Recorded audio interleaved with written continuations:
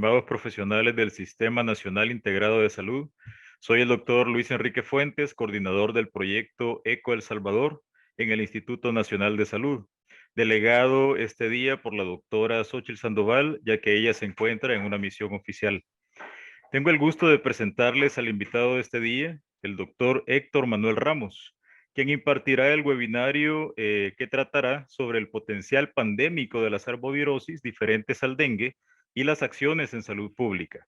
Este tema es parte del módulo de webinarios de enfermedades infecciosas emergentes y reemergentes. El doctor Héctor Manuel Ramos es doctor en medicina, graduado de la Universidad Evangélica de El Salvador.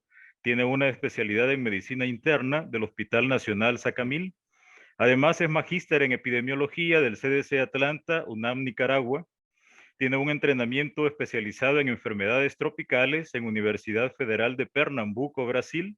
Además es fellow en docencia de medicina familiar, formado en Baylor College of Medicine y University of Texas, Houston, de Estados Unidos.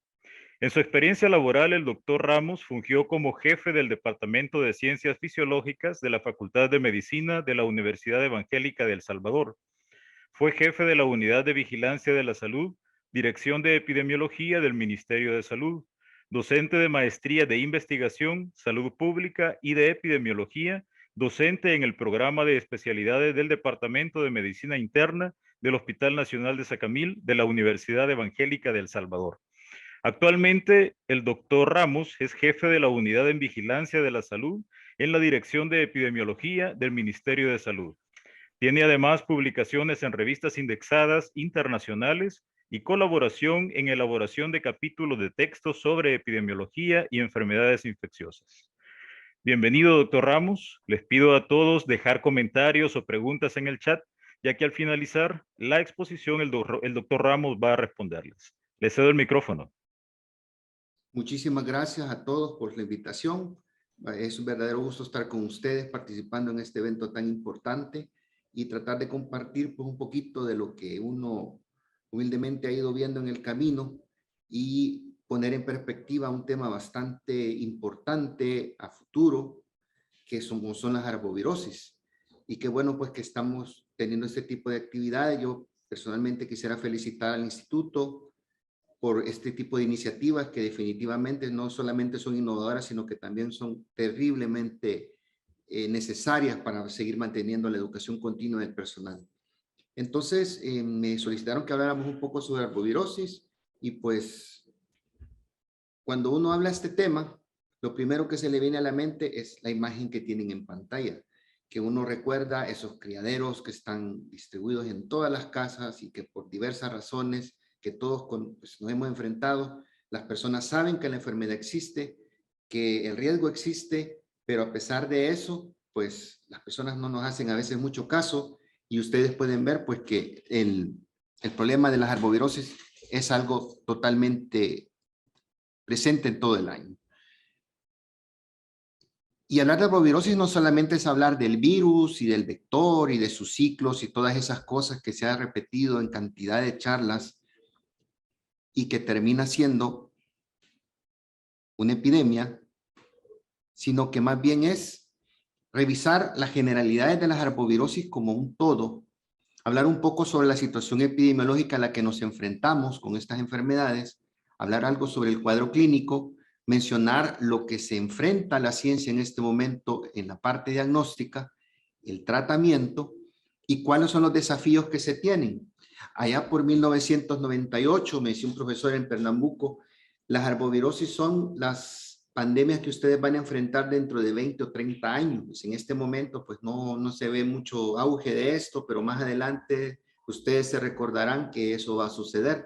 Y tenía razón el profesor. Ahora estamos viendo y cuando vean los datos que se tienen sobre estas, que es un tema al que definitivamente hay que prestarle bastante atención. Y hablar de arbovirosis es revisar un libro de texto como este que tienen en pantalla y ve usted una lista interminable de nombres y cada año se agregan más y hablan de virus y de diferentes géneros de virus y de familias y de hospederos asociados, artrópodos asociados, los huéspedes primarios, distribuciones y una cantidad de nombres que generalmente se asocian al lugar donde detectaron el virus por primera vez. Pero Si vemos esto, lo que tenemos es una gran cantidad de enfermedades, una lista que crece todos los años, pero hay factores comunes que vale la pena tener en cuenta. ¿Y qué está pasando? Vean esto. Aquí está descrito algunos de los factores determinantes y aquí nos vamos a centrar en un mosquito en particular, el Aedes aegypti, que es el principal culpable de las arbovirosis aquí en El Salvador. Y tienen ustedes macrofactores y microfactores para precisamente facilitar que este insecto permanezca presente. Factores ambientales como la ubicación geográfica que tenemos, el cambio climático está pegando mucho, eso hace que al subir la temperatura global el hábitat de este animalito pues se extienda cada vez más al aumentar la temperatura, la lluvia. Tienen factores sociales como la densidad poblacional, que está muchas veces desordenada, altamente urbanizada. La migración de la población, que es continua, también es otro factor que influye. Y dentro del mosquito aumenta la densidad del mosquito, necesita un monitoreo vectorial estratificado, los controles vectoriales que deben de ser continuos, los virus, ¿verdad? Hay que ver que cambia su susceptibilidad a diferentes cosas, los niveles de viremia, la ausencia de vacunas para las arbovirosis, únicamente, y lo van a ver más adelante, fiebre amarilla es la única que tiene una vacuna que tiene todo el peso de evidencia científica que funciona como debería de funcionar, como esperaríamos que funcione, y la baja sospecha clínica, porque hay tantos diagnósticos diferenciales potenciales presentes que pueden confundirnos de pronto, y entonces eso no puede, pues, alejar el diagnóstico oportuno de estas enfermedades. ¿Y en qué va a parar la suma de todas estas variables? En la ecuación que nos va a dar por resultado la mortalidad y secuelas, incluso impacto económico asociado a las arbovirosis. O sea, no es un problema tan sencillo. Y es que dentro de todos esos factores termina en 3 ciclos.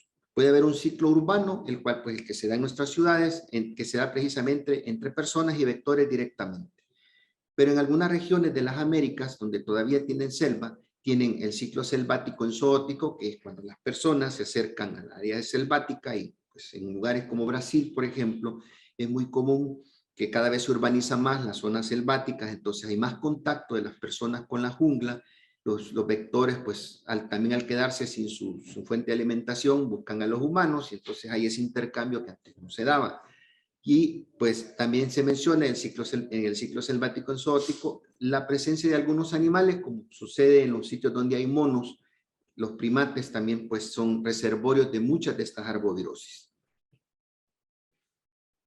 En esta tabla que tienen en pantalla pueden ver, esta es una publicación de la Organización Mundial de la Salud, y ellos, al dividir todo el mundo en 250 territorios, llama la atención que cuando vemos cuántos son favorables para la existencia de Aedes aegypti, cuántos son favorables a Aedes albopictus, al combinarlos, resulta que 215 de 250 territorios en el mundo tienen todas las condiciones para que estos insectos permanezcan ahí todo el tiempo. Y eso significa que el 86% de los territorios del mundo tienen todos los factores favorables para la presencia de vectores. Y si nos vamos a las otras columnas, donde muestran cuántos países hasta el 2021 tienen afectación, es decir, circulación activa de los arbovirosis de una manera de transmisión local, el 34% del mundo tiene Zika, 44% tiene afectación por dengue, 17% por fiebre amarilla y chikungunya un 42%. O sea que estamos hablando de un problema, pues, bastante importante. En este mapa, también tomado de una publicación de OMS, vean ustedes del 0 al 100%, donde se dan las mejores condiciones para que estos vectores puedan vivir. Y como ven, pues El Salvador está en un nivel de proporción, de facilidad para que el insecto exista bastante malos. Tenemos prácticamente, estamos en un 60%. Ese porcentaje se obtuvo a partir de un análisis de regresión lineal múltiple. Entonces llegaron a esos valores y vean ustedes lo impresionante de este mapa. Es que si ven el mapa como un todo, vean la extensión importante de países que están, pues, potencialmente afectados por esto. Traslademos esto a otro análisis. ¿Cuántas arbovirosis simultáneas detectadas en cada territorio? Ahí están desde 0 los que no tienen ninguna arbovirosis hasta 5 los que tienen 5 arbovirosis simultáneas en este momento. Nosotros estamos en el color verde que tiene el número 3, es decir, que tenemos 3 arbovirosis, lo sabemos muy bien, pero vean, América del Sur tiene 4, obviamente fiebre amarilla, y hay otras más que aparecen por ahí, pero hay otros lugares que están peor, sobre todo en África. Usemos esa misma lógica hablando de Zika. Vean ustedes, los áreas que están en rojo son aquellos que tienen transmisión autóctona por vectores en este momento. Las zonas azules son las que tienen ocurrencia relacionada con viajes. Pero vean los otros que tienen un color un poco más oscuro, son los lugares que, aunque no tienen casos, tienen todos los factores de riesgo para que la enfermedad, si llega, se disperse. La misma lógica, fiebre amarilla, vean ustedes las zonas de afectación, América del Sur, obviamente, y África. Esto es chikungunya, prácticamente toda América Latina, y ya empezó a afectar a los Estados Unidos. O sea, que el calentamiento global pues ya está afectando esto. Ya hay también circulación en Europa, que no se había visto antes, que una arbovirosis tenían décadas de no tener estos casos de este tipo de enfermedades. Vean dengue, que también ya hay circulación en toda América Latina, en algunos estados de los Estados Unidos, como son Texas y Florida, y también se ve en Portugal y Francia y otras regiones de Europa Oriental. Lo mismo sucede con Asia y con África. Oceanía también, o sea, dengue está mucho más disperso. Y este que se menciona mucho, que potencialmente puede expandirse, que es la fiebre del Valle de Rift, que también es otra arbovirosis, que en este momento se ha quedado concentrado pues, al continente africano, pero si llegase a pasar a las Américas, tenemos la situación de riesgo, tenemos el vector, tenemos la población susceptible y esto sería también algo bastante problemático. Entonces, a lo que nos enfrentamos es a esto. Arbovirus prácticamente son 3 familias. El Bunyaviridae, Flavoviridae y Togaviridae. Y vean que cada uno de ellos tiene una serie de enfermedades como son las más representativas. Sin embargo, esta no es la lista completa. Estas son las más mencionadas. Del Bunya podría ser Hantavirus y Febridoro Pucci. El Flavoviridae, dengue, fiebre amarilla y Zika. Y del Togaviridae, obviamente chikungunya y también el mayaro, que ya se ha hablado en años recientes. Aquí hay un detalle un poco mayor de los flavivirus. Ahí tienen dengue, fiebre amarilla, fiebre del Nilo occidental, Zika y otros que ven ahí. Del Bunya tienen Auropuche. Voy a mencionar nada más las más importantes. Del Togaviridae tienen el mayaro, chikungunya, las encefalitis equinas. Y pues tienen ahí Reoviridae por garrapatas del Colorado y Rhabdoviridae por virus de la estomatitis vesicular. O sea, la familia realmente de arbovirosis es bastante grande. Veamos algunas cosas que vale la pena mencionar sobre estos virus. La primera, los arbovirus pues son causados, como ya bien lo dice la palabra, diferentes virus. Se transmiten a los humanos mediante la picadura de insectos, que son los vectores. Son un reto complejo, especialmente en zonas urbanas, porque requieren un enfoque multidisciplinario para su prevención y control. Es decir, que no es una tarea exclusivamente de los ministerios de salud. Es necesario que se sumen todos los actores sociales de un lugar para poder tener un abordaje integral y completo de todo esto.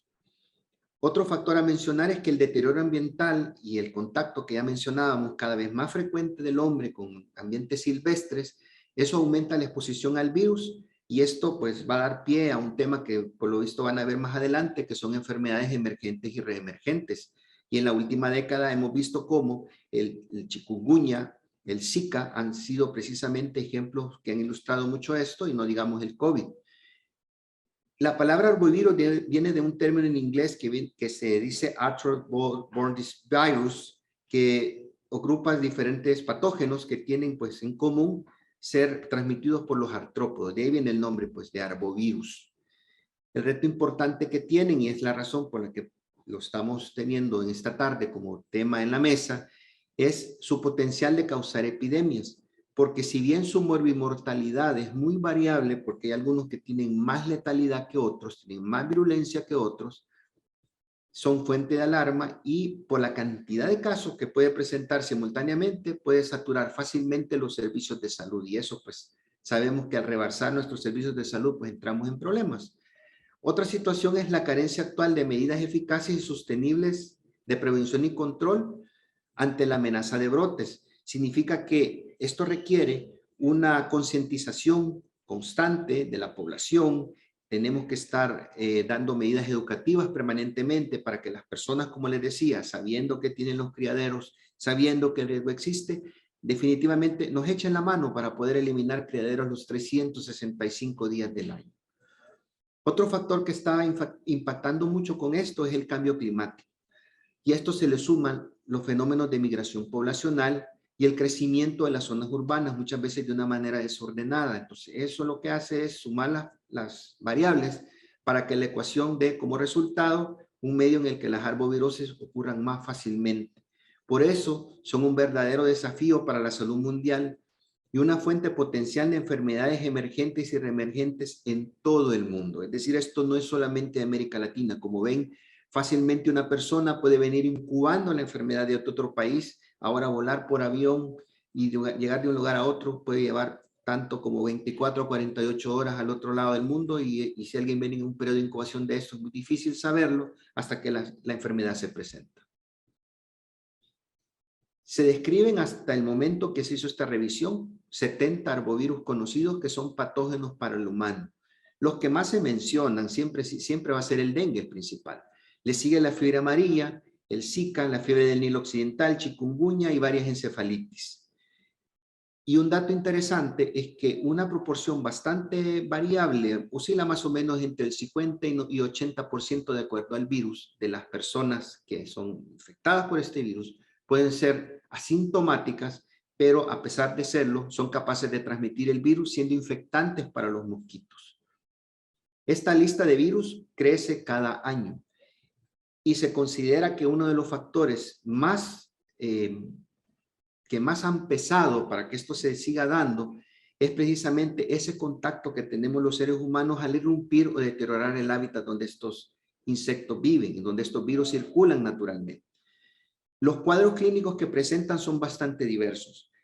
Si lo vemos como un todo, pues podemos resumir que las arboviroses presentan 3 síndromes principalmente. El primero es un síndrome febril, que ya lo vamos a ver con más detalle. El segundo es un síndrome hemorrágico. Y el tercero es un síndrome neurológico.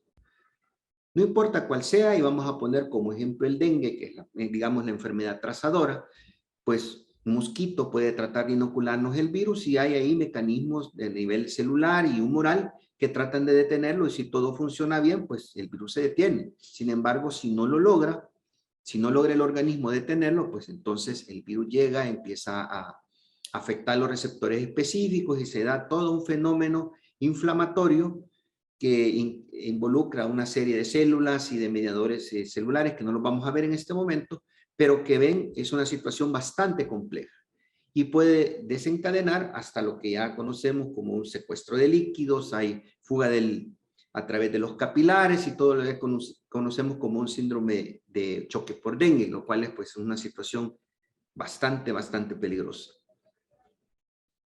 Veamos primero el síndrome febril. Algunos autores dividen este síndrome febril en dos, lo dividen en un binomio. Uno podría ser fiebre más mialgias y el otro fiebre más artralgias. Y esto lo hacen nada más para facilitar el diagnóstico diferencial. Sin embargo, la evidencia para mantener esta división todavía está en discusión. Solo les menciono esto como algo que si empiezan a revisar el tema con más profundidad, probablemente se topen con esto y vean de que si bien esta división se hace nada más para fines de facilitar el diagnóstico diferencial, no es precisamente en este momento lo más sólido. Otro dato interesante con el síndrome febril es que en estos casos hay una recuperación completa en la mayoría de los pacientes, es decir, son cuadros más leves, el cuadro clínico generalmente dura menos de 5 días y estamos hablando de un caso en el cual hay una fiebre mayor de 38 grados que nada más tiene malestar general, cefalea, osteomialgias y artralgias y muy frecuentemente hay rash multiforme en diferentes partes del cuerpo. En cambio, si hablamos de un síndrome hemorrágico, este es un cuadro mucho más grave, potencialmente letal si no se trata de una manera adecuada y oportuna. ¿Por qué? Porque al mismo tiempo nos está diciendo que puede haber una afectación hepática, donde encontramos ictericia y alteraciones de las pruebas de función hepática. Al mismo tiempo, hay extravasación de líquido en las cavidades abdominales o torácicas. Y el asunto es que en este tipo de casos, puede iniciar perfectamente como el anterior, como un síndrome febril, pero se complica con hemorragias que son visibles o pueden ser a veces ocultas. Pueden haber hemorragias en mucosas, en el sistema digestivo o genitourinario. Y por último, el síndrome neurológico. En este, los cuadros graves son poco frecuentes, pero pueden darse. Es importante que estos reciban una atención inmediata y las medidas de sostén son terriblemente importantes que se inicien en el momento en que estos síntomas aparecen. Los síntomas más frecuentes del síndrome neurológico, además de la fiebre, tienen cefalea mucho más intensa, aún náuseas, pueden haber vómitos, puede haber estados confusionales, convulsiones, postración, alteraciones del motoras y del sensorio. Esto puede evolucionar inclusive hasta el coma y por ello es importante la atención inmediata en las medidas de sostén cuando se presenten signos y síntomas severos que pueden inclusive requerir la atención en una unidad de terapia intensiva. Básicamente, estos tres síndromes, que cualquiera de los virus los puede dar perfectamente. Vean que el primero, como les decía, el síndrome febril, hay fiebre, malestar general, puede haber cefalea, artralgia, osteomialgia y rash. En el hemorrágico ya hay hemorragias, fuga de plasma y ictericia. Y en el neurológico ya lo que ya habíamos mencionado, fiebre, cefalea y vómitos, confusión, convulsiones, alteraciones motoras o sensoriales, irritabilidad o coma. Y aquí tienen ustedes algunos ejemplos y aquí he tomado una de esas publicaciones donde les decía ese binomio para facilitar el diagnóstico diferencial. Arbovirosis preferiblemente por el lado de encefalitis o neurológico. Ahí tienen encefalitis de San Luis, la del Nilo Occidental, el del binomio fiebre y mialgias. Ahí tienen dengue, oropuche, zika, virus de punta de toro, eso es del área de Panamá, entre otros.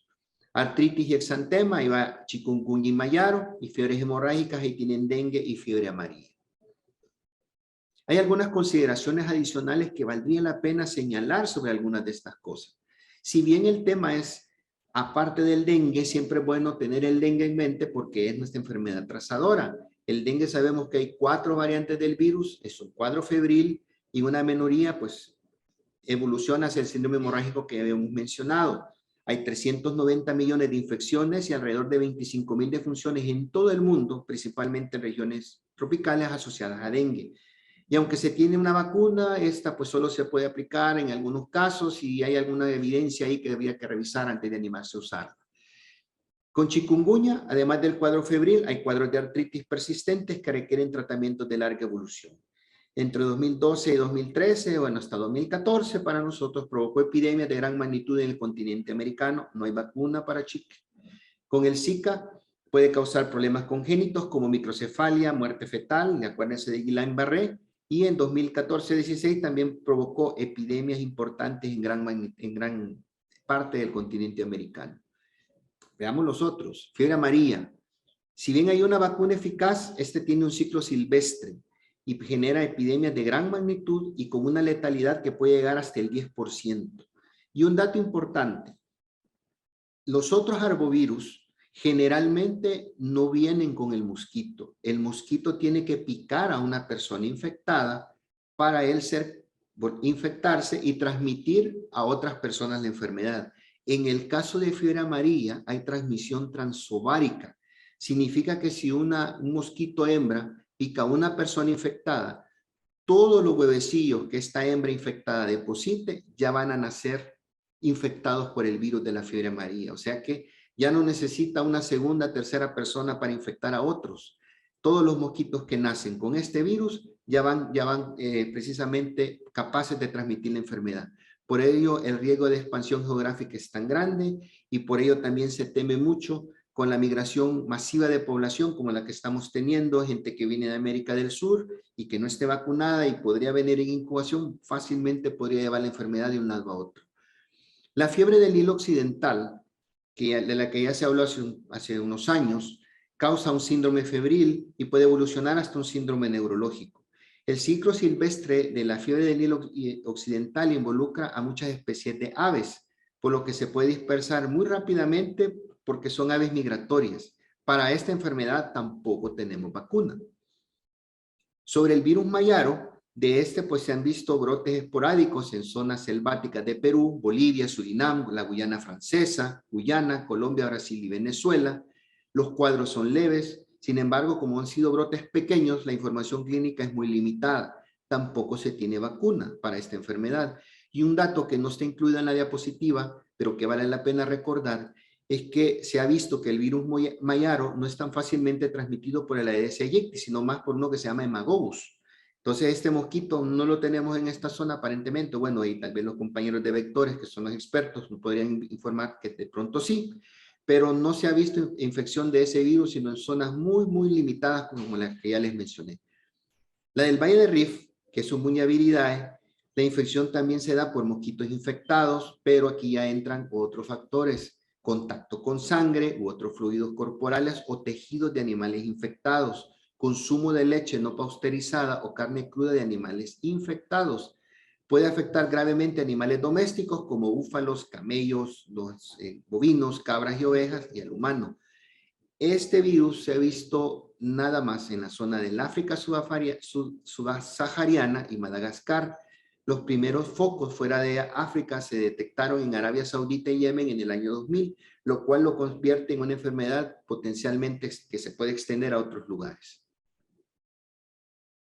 Entramos a la parte diagnóstica y esto pues también tiene bastante que considerarse.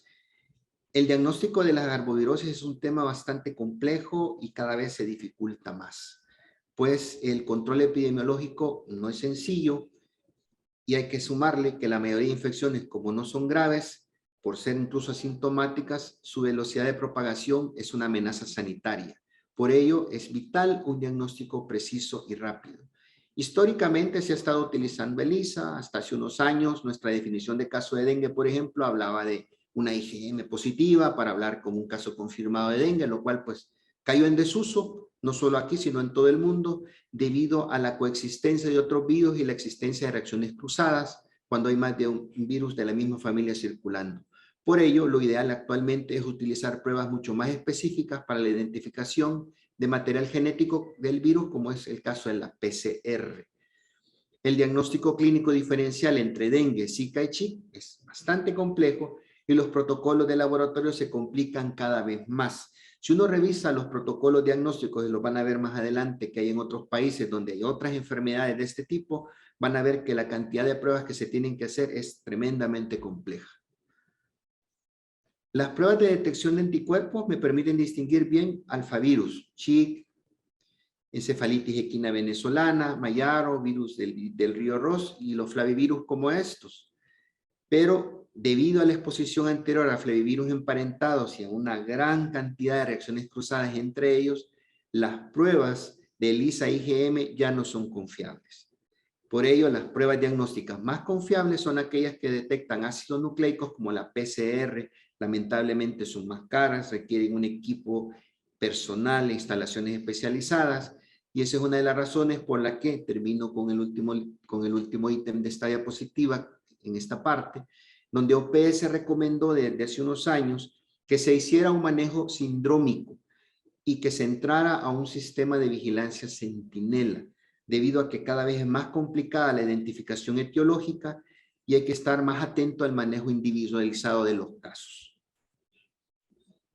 Este es uno de los primeros algoritmos que se tuvo cuando apareció el Zika. Vean ustedes que se hablaba entonces que si estaba en fase aguda, es decir, los primeros 5 días, si estaba después de los 5 días, y vean que lo que ya sabíamos, que el PCR en los primeros 5 días, y se sometía a ver si era dengue. Si era dengue, ok, es dengue. Si no era dengue, probemos chik. ¿Es chik? Bueno, de acuerdo, es chik. Y si no es chik, bueno, entonces probemos, de pronto es Zika. O sea, era una prueba de descarte, de ensayo-error. Y eso era porque era lo que se tenía en ese momento. Luego se evolucionó a las pruebas ya de PCR, ya por aquí entre el Trioplex que estamos utilizando, que ya usted tiene una prueba molecular que ya le dice con certeza si se trata de dengue, chikungunya o Zika. Y pues si no tiene usted por el tiempo de evolución la facilidad de tomar una de estas pruebas, porque ya pasaron más de 5 días, entonces entra ya la serología, una IgM, que ya no le da un caso confirmado, sino un caso probable. Y aquí es ya uno de los actuales, esto es lo que se está ocupando actualmente en Brasil, que prácticamente entran de una vez con PCR y por supuesto dejan la serología para un segundo plano. En cuanto al tratamiento, hay algunos puntos comunes que los he tratado de resumir en esta lámina. El primero es que el tratamiento continúe enfocándose en el cuidado de soporte. con una supervisión cercana y un manejo cercano de líquidos con cristaloides. El diagnóstico temprano de una falla hepática o renal deben ser seguidas de inmediato de un manejo de cuidados intensivos. Estos son pacientes que no los puedo descuidar, tengo que darles un manejo bastante cercano porque fácilmente pueden presentar una complicación. Estas medidas de soporte complementarias podrían llegar inclusive hasta requerir una ventilación mecánica, debido especialmente a una afección pulmonar o que se diese una afección neurológica.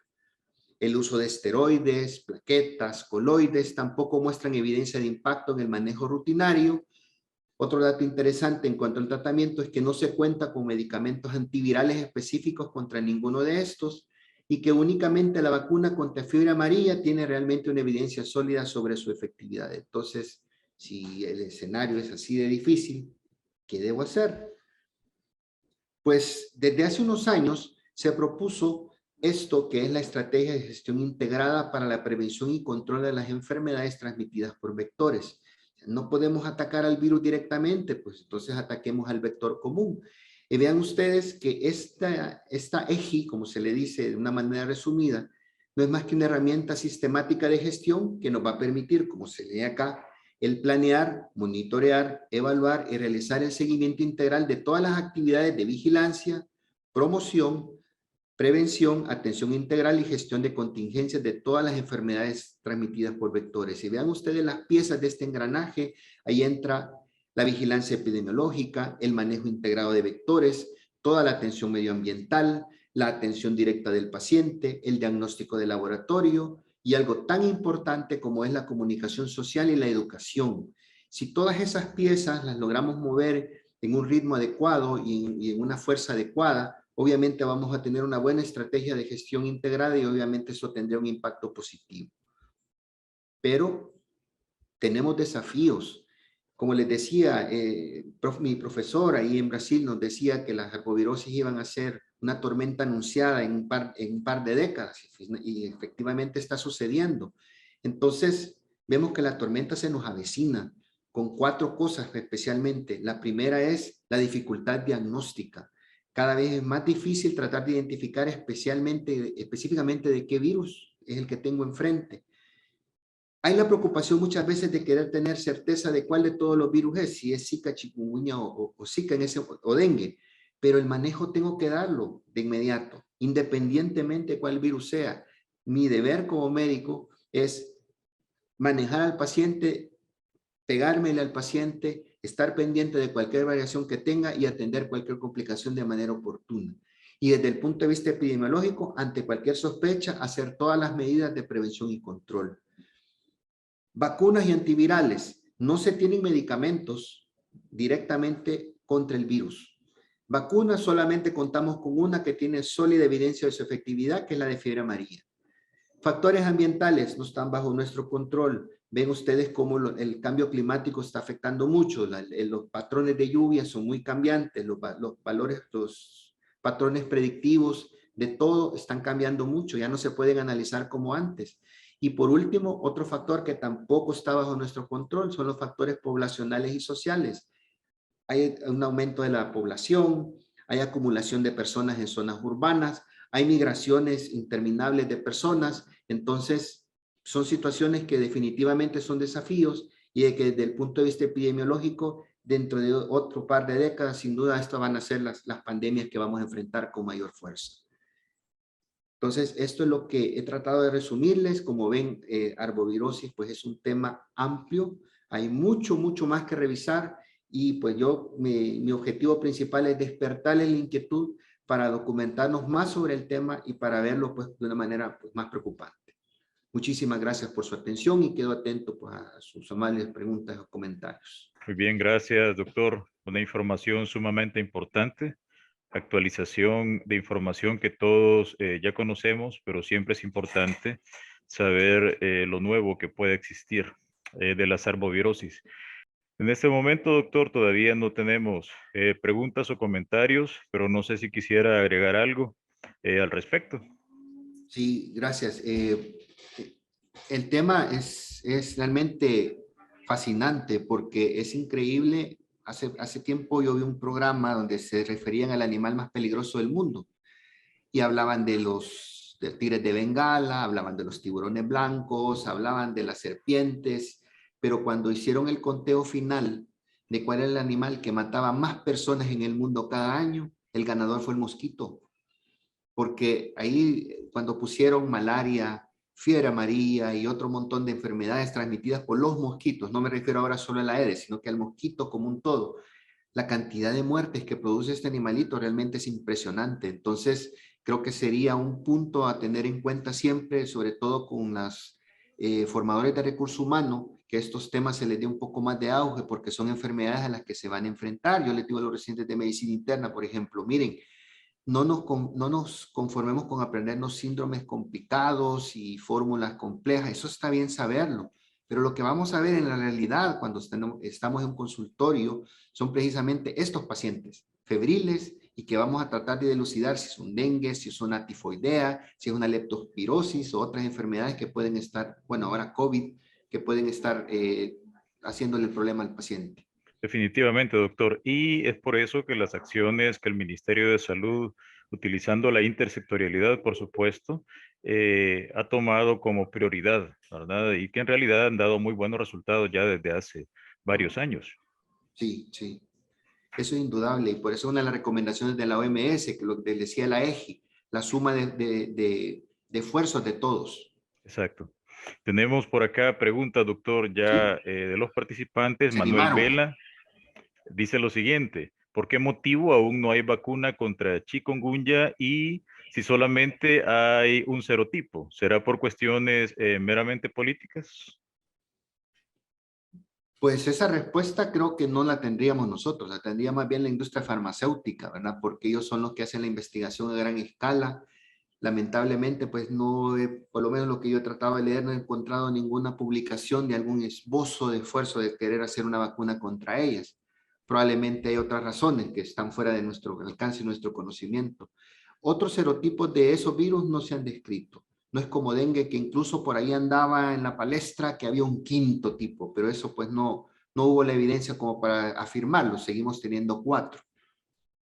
Ok, gracias, doctor. Jorge González menciona lo siguiente: buenas tardes, con respecto a la vacunación, como parte de la prevención de una potencial pandemia, ¿qué papel jugaría y qué tan necesaria sería tomando en cuenta el costo? La pregunta es un poco amplia, pero si nos vamos a ir al tema de arbovirus y hablando de vacunas, con la única que podríamos mencionar es con fiebre amarilla. La estrategia que la OMS ha mencionado no ha incluido una vacunación masiva de fiebre amarilla en los países que no son endémicos. Y una de las principales razones es porque la producción mundial de vacuna de fiebre amarilla no alcanzaría para cubrir a toda la población. Y ya vimos ese impacto cuando hace unos años hubo un brote enorme en Paraguay y en Bolivia.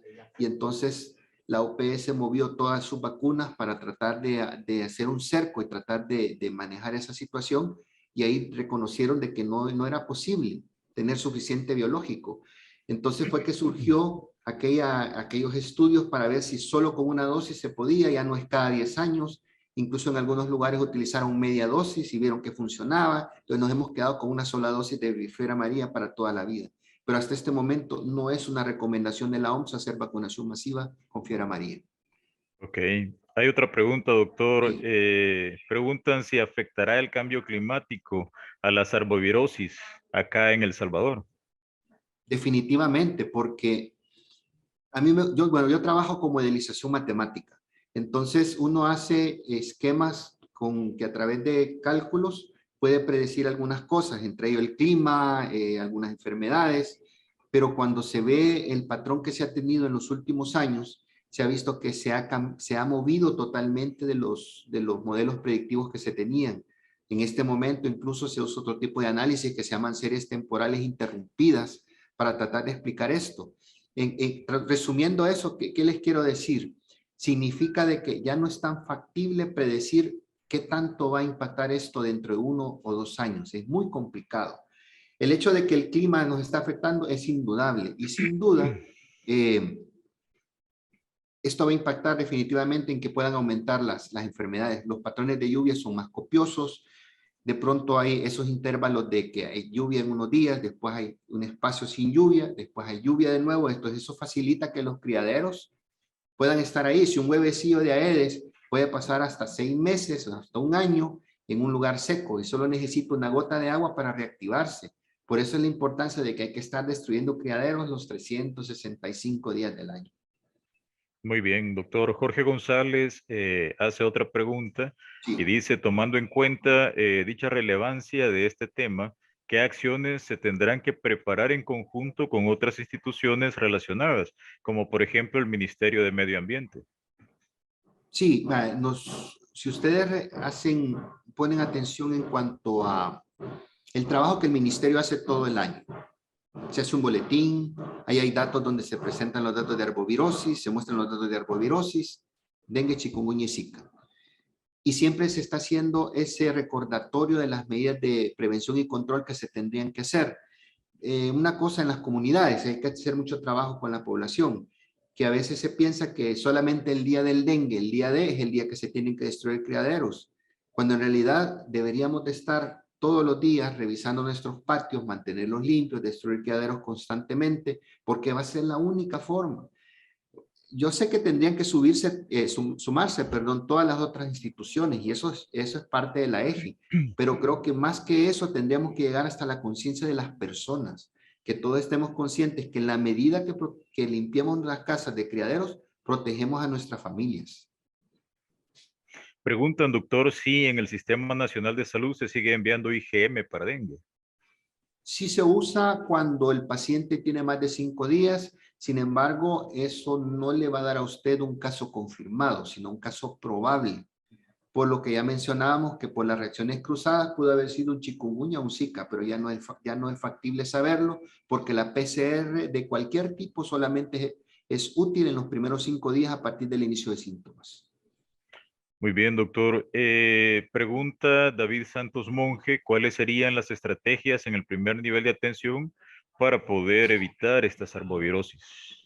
Hay que trabajar mucho con las comunidades. Les mencionaba los comités de salud, que en todas las reuniones que se tengan, hacer charlas en las escuelas, hablar con los niños. Hay países que tienen la experiencia que a través de los niños educan a los padres y les están diciendo a los niños en las escuelas, miren, destruyamos criaderos porque ya hay mosquitos, los mosquitos son malos, nos pueden enfermar, nos dan esto y lo otro y lo otro. Entonces, es de trabajar mucho con un trabajo, con un enfoque más antropológico para poder llegar, como les decía, a concientizar a la población. Carlos Orellana pregunta si hay alguna epizotia que potencialmente se convierta en epidemia humana. Ese es también una pregunta bastante amplia. Ya tenemos varias. Ya mencionamos fiebre amarilla, es una de ellas. Ya vieron la extensión que tiene. Fíjense que en el Brasil hay una vigilancia que se hace con primates, no humanos se les llama. Nosotros les decimos monos. Sí. Entonces lo que se hace es de que si detectan monos muertos en una zona selvática, sobre todo cercano a un poblado, al animal lo llevan al laboratorio y le toman muestras y encuentran que de pronto tienen un brote de dengue o de fiebre amarilla entre la comunidad de monos que está cerca de los poblados.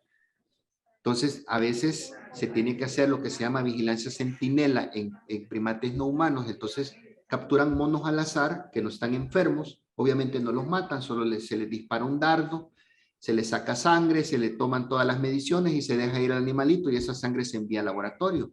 Entonces ven qué virus está circulando precisamente en los monos, porque saben que si hay un brote de fiebre amarilla en monos, el de humanos viene después. Y otra forma de vigilancia que se está haciendo en otros lugares, esperamos que la tengamos aquí dentro de poco, es muestrear mosquitos, ver qué virus tienen los mosquitos en ese momento. Como sabemos, de las arbovirosis, solo fiebre amarilla es la única que tiene transmisión transovárica. En cambio, no es lógico que un mosquito tenga virus de dengue, zika o chik. Si la tiene es porque hay humanos cerca que están enfermos. Entonces esa es la cuestión que tendría que irse buscando. Gracias, doctor. Leonardo Alas Tejada pregunta, ¿cuál es el nivel de evidencia de efectividad de la vacuna del dengue a la fecha? El problema con la vacuna del dengue es que mostró que tenía problemas con el serotipo 2, que es uno de los que más problemas nos ha dado acá en El Salvador. Entonces, por eso no se recomendó su uso. Aparte de eso, el utilizarlo en personas menores de 10 años también se veía que podía incluso potenciar el cuadro de dengue si se daba. Por eso es de que no se recomienda el uso, si nos ponemos bien académicos, en población a gran escala. Ok, y María Luz Amaya Hernández pregunta si se debería activar la vigilancia epidemiológica basada en la comunidad. Sí, la vigilancia, eso le llamamos BECO, esa es una cuestión que estamos pues por comenzar a hacer de una manera más activa. Ya se tiene, de hecho, con algunas enfermedades como los colaboradores voluntarios de malaria, se ha hecho vigilancia en cuanto al el programa de Chagas, pero queremos extenderlo y hacer precisamente vigilancia comunitaria, tratando de que las personas, los líderes comunitarios, nos acerquen las personas enfermas a los establecimientos de salud, aumentar la captación de casos de todo.